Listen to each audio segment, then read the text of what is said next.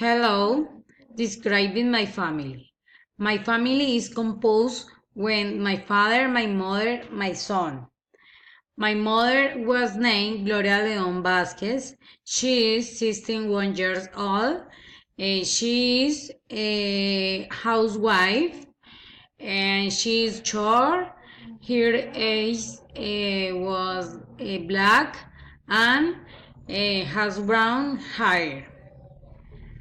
My father, with name Luis Fernando Rojas, he is 16 years old. He is pension of the National Police.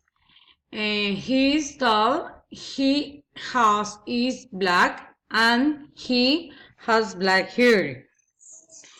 My son My son was Matias Andres Solano Rojas. He is 3 years old. He is a student. He is very funny. He is short. He has eyes black and his black hairs. Thank you.